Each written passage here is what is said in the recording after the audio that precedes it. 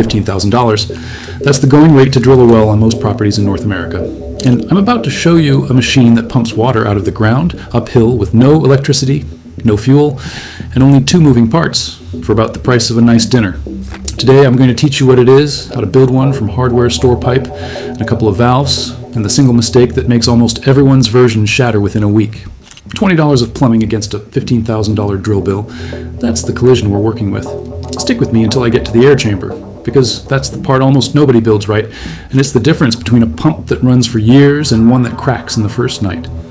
I've had mine running on the same hillside for 2 years. It has not stopped once. The machine is called a hydraulic ram pump. It was invented in France in 1796 by the same family that went on to invent the hot air balloon, which tells you the kind of mines we're dealing with. And it does something that sounds like it shouldn't be possible. It takes water running downhill and uses it to push a smaller amount of water uphill. No motor, no fuel, no solar panel, just gravity doing the heavy lifting. Here's the trick, and it's the part that makes people's heads tilt.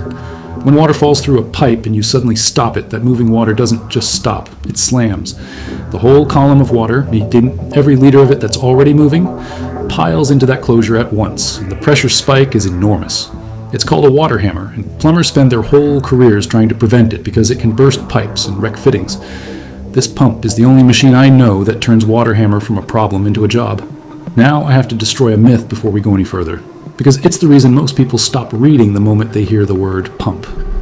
A pump that runs on nothing, they think, has to be magic, or a scam, or it moves so little water it's useless. None of that is true. The ram doesn't create energy. It trades it.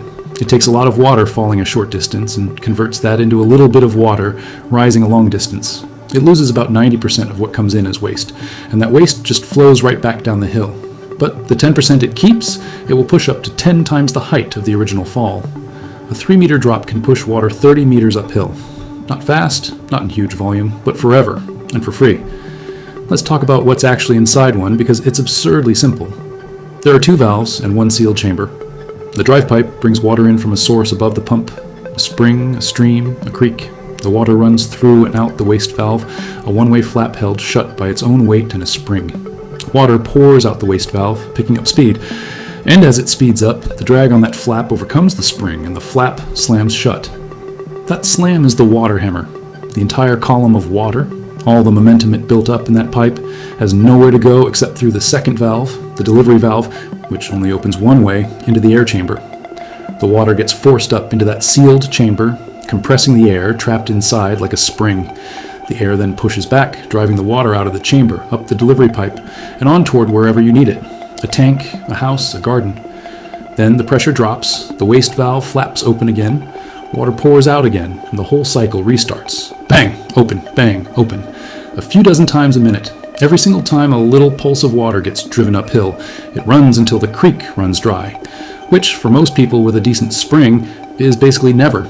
So let's destroy the second myth, the one that shows up in every comment section on every video about these. That they're a Victorian curiosity that modern technology made obsolete. They are not. Commercial ram pumps are still manufactured and sold today, and they're used on real working farms and off-grid properties all over the world. The physics hasn't changed in 230 years, because it can't. Water hammer isn't a technology. It's a law of physics, and physics doesn't go out of style. Third myth, and this one genuinely makes me laugh. People hear pump and picture moving parts, where seals that burn out, a machine that needs constant babysitting. This thing has 2 moving parts. 2. A flap and a spring on the waste valve and a check ball on the delivery valve. No motor, no impeller, no shaft, no seal, nothing to overheat, nothing to lubricate, nothing to burn out. The only thing that ever needs replacing is the waste valve's rubber, and that's a 5-minute job with a gasket you can cut from an old tire tube. Now, the air chamber. I promised I'd bring you here, so let's do it properly, because this is the part that separates a pump that lasts years from one that cracks in a week. When that water slams into the delivery valve, the pressure spike is massive. We're talking hundreds of pounds per square inch for a fraction of a second. If the water hits solid pipe directly, that shock has nowhere to go, and it will eventually hammer the fittings apart. The air chamber is the shock absorber. The compressed air inside takes the spike and lets it out smooth.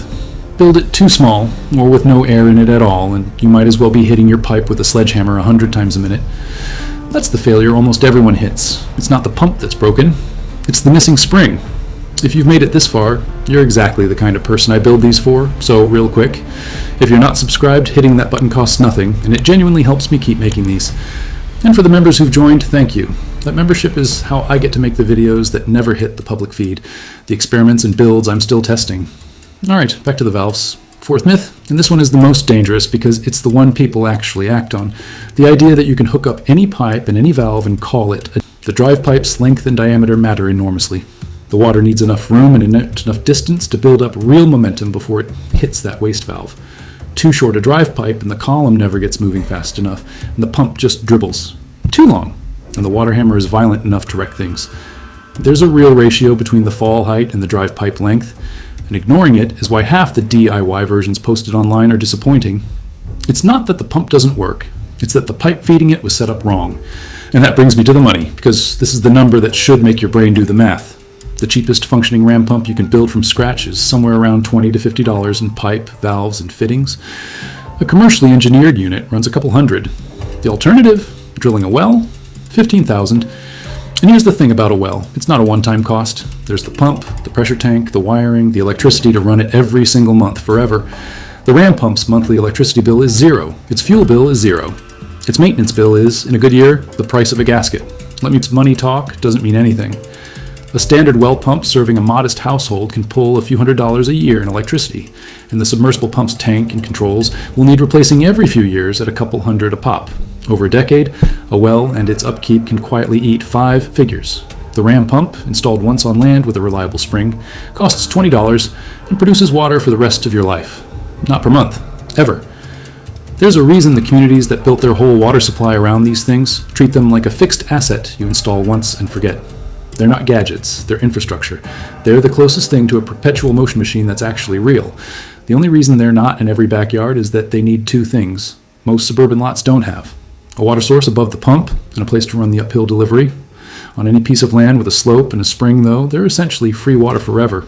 So if you've got a cabin, a homestead, a garden on a hill, or even just a water feature you're tired of pumping with electricity, this is the machine. $20 of hardware. 2 valves, 1 air chamber, and the single most overlooked law of physics in your whole house. I've been running mine for 2 years, and I will never go back to paying for water I can get for free. Thanks for watching. If this saved you a drill bill, pass it to someone building off-grid, and I'll see you in the next one.